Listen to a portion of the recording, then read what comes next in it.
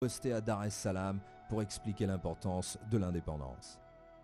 Il s'adressa à l'intelligentsia musulmane lors des réunions tenues au Pakistan Club de Port-Louis. J'étais un de ceux qui a été l'accueillir à l'aéroport de Plaisance et on a fait des réunions. Et une des réunions qui fut faite, c'était au club à Port-Louis qui s'appelait justement le Pakistan Club.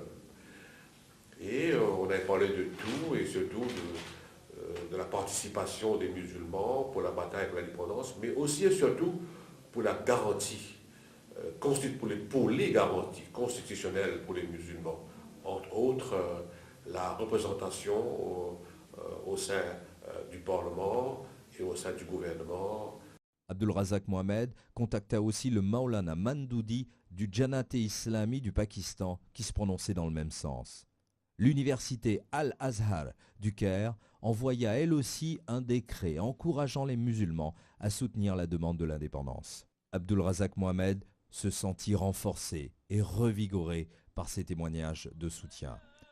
Pour se disculper des accusations de ses détracteurs, Abdul Razak Mohammed accomplit le Hajj. Il fut reçu chaleureusement par le roi Faisal de l'Arabie Saoudite. À son retour, il recommande l'institution d'un Hajj Committee pour aider les pèlerins.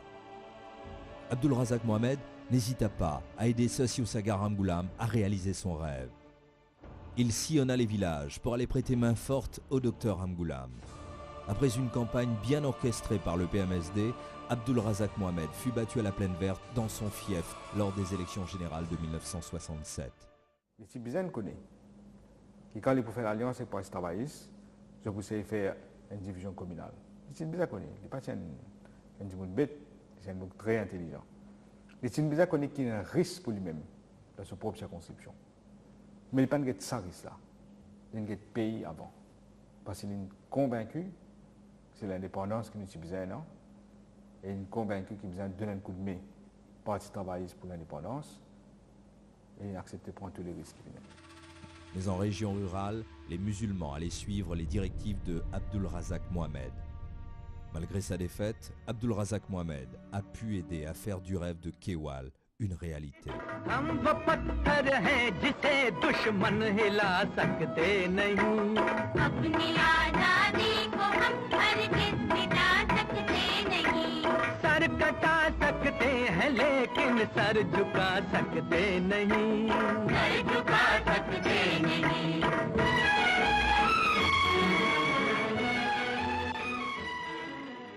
Pour parodier Gaëtan Duval, on peut dire qu'Abdul Razak n'a pas été le locomotive, mais il aura quand même été le wagon qui transportait tout le charbon nécessaire à sa bonne marche. Le Parti travailliste et ses alliés, le CAM et l'IFB, ont remporté avec éclat les élections générales. Le jour de l'indépendance était annoncé pour le 12 mars 1968.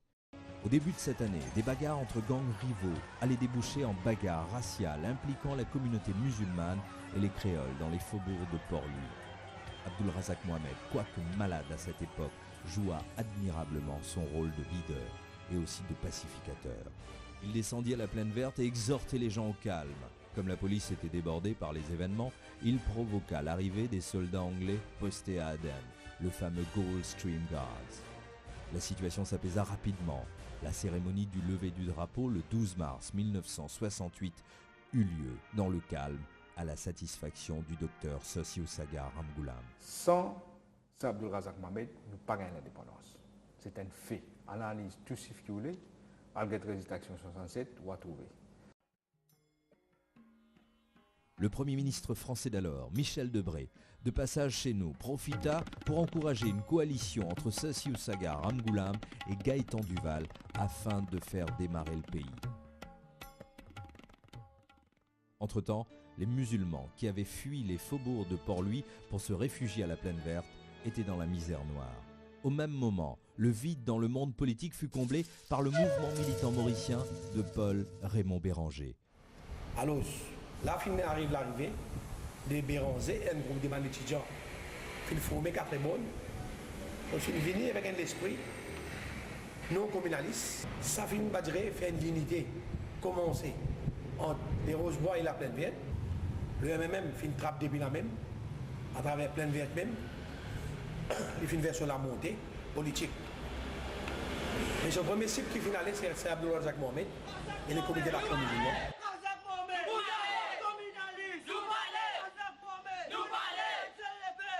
Abdul Razak Mohamed continuait toujours à vaquer à ses occupations ministérielles. En 1974, il fut chevalier par la reine d'Angleterre, le premier musulman à avoir reçu cette haute distinction.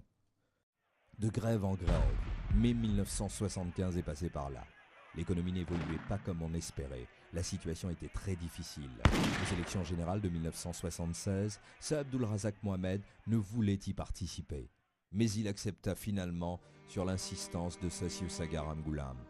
Il assista impuissant à de pires humiliations dans son fief. Et ce qui est vraiment triste, c'est quand il a vu des manifestants de la Plaine Verte passer devant sa porte, là où il habitait avec sa fille, des gens qui ont transporté un cercueil.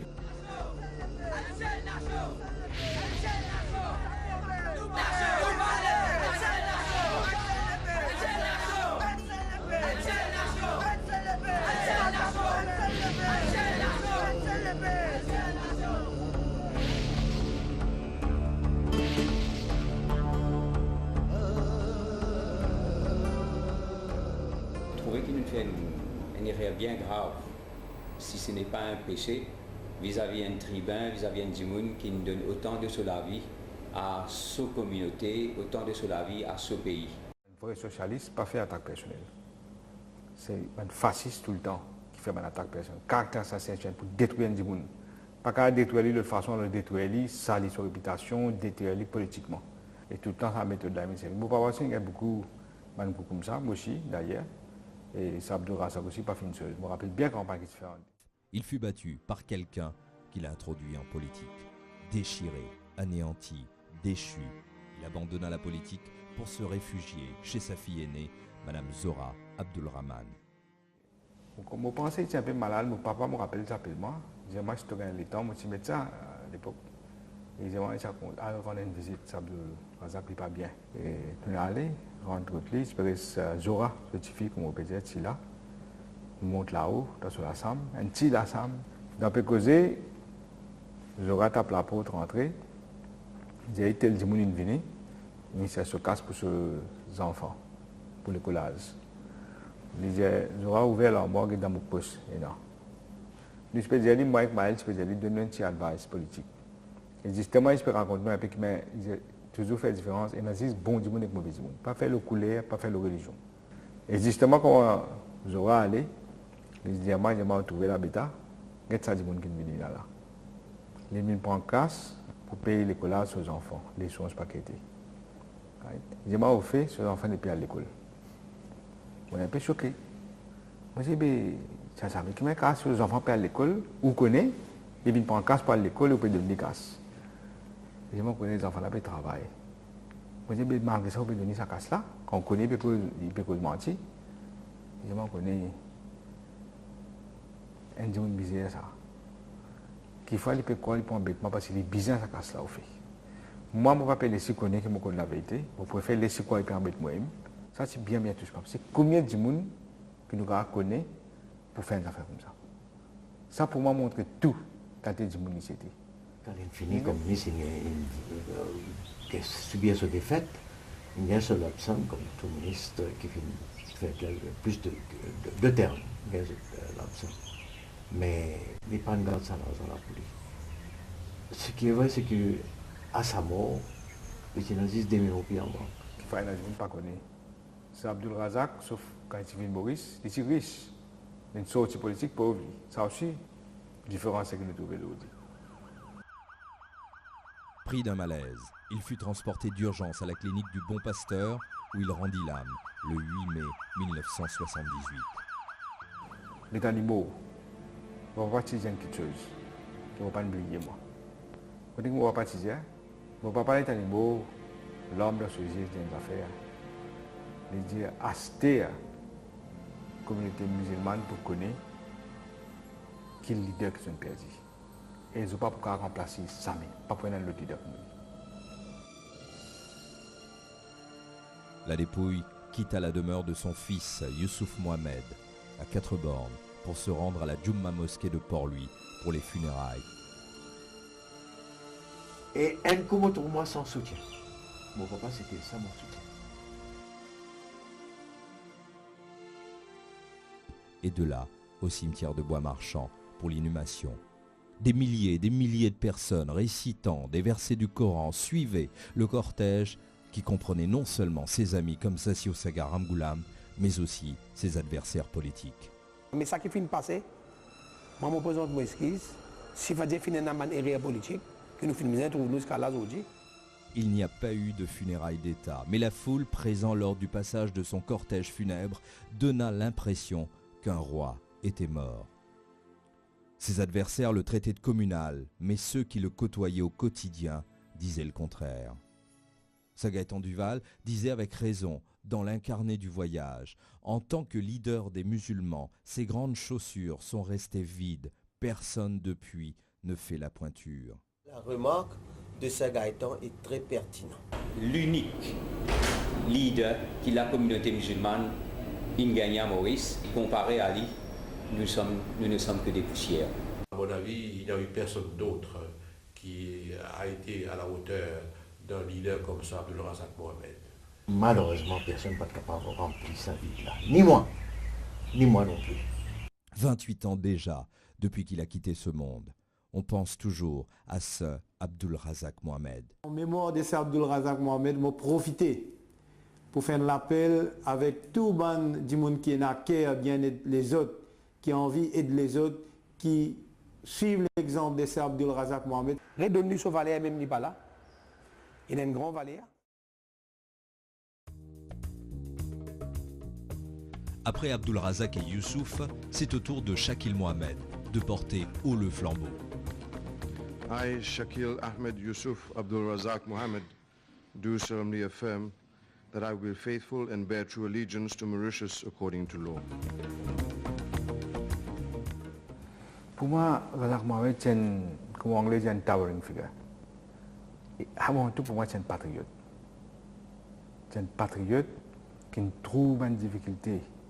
Il y a des gens qui gagnent dans le pays, et ils sont dans le combat politique, ils sont dans l'arène politique. Vous connaissez, souvent des fois, il y a des gens qui se donnent l'impression qu'ils épousent une cause.